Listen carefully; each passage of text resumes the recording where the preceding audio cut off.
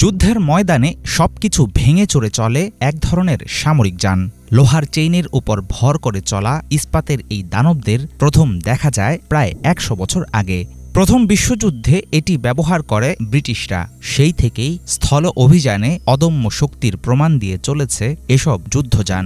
লোহার তৈরি চলমান দুর্গের মতো এই বাহনগুলোকে আমরা চিনি ট্যাঙ্ক নামে। শত্রুদের টার্গেট করে হামলার পাশাপাশি দ্রুত নিজের স্থান পরিবর্তন করতে পারে আধুনিক সব ধরনের ট্যাঙ্ক।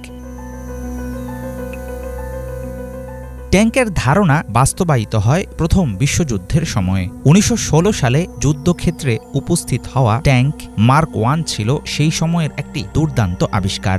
শত্রুদের প্রতিরক্ষা ভেদ করার জন্য ডিজাইন করা যুদ্ধযানটি বদলে দিয়েছিল ইতিহাস।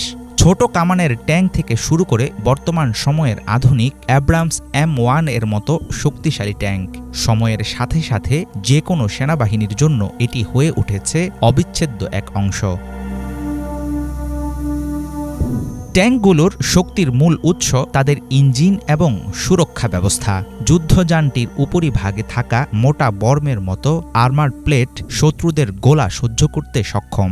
ভেতরে আছে আধুনিক মানের কমান্ড সিস্টেম, যার সাহায্যে ট্যাঙ্ক চালক ও ক্রুরা এই জীবন্ত দুর্গকে চালিয়ে নিতে পারে যে কোনো কঠিন পরিস্থিতিতে। একটি আধুনিক ট্যাঙ্কে সচল রাখে শক্তিশালী ডিজেল বা গ্যাস টারবাইন ইঞ্জিন। প্রধান অস্ত্র হিসাবে এতে থাকে মূল কামান সহ একাধিক মেশিন গান।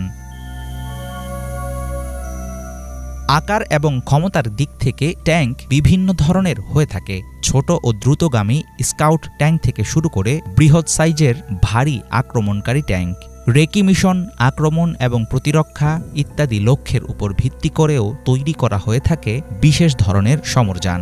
নকশা ও উৎপাদনের পর সামরিক বাহিনীতে অন্তর্ভুক্ত হওয়া যুদ্ধযানগুলোর জীবনকাল হয় ২০ থেকে ৩০ বছরের। কার্যক্ষমতা শেষ হলে পরিত্যক্ত করে দেয়া হয় এসব আধুনিক যুদ্ধযান। বর্তমান শতাব্দীতে একটি সামরিক বাহিনী ট্যাঙ্ক ছাড়া অসম্পূর্ণ। আরব ইসরায়েল যুদ্ধ থেকে শুরু করে আমেরিকার মধ্যপ্রাচ্যে সামরিক অভিযান, সব ক্ষেত্রেই ট্যাঙ্ক ছিল গুরুত্বপূর্ণ হাতিয়ার। গাজা ও লেবানন আগ্রাসনে ট্যাঙ্কের উপর নির্ভর করে ইসরায়েলের সামরিক বাহিনী।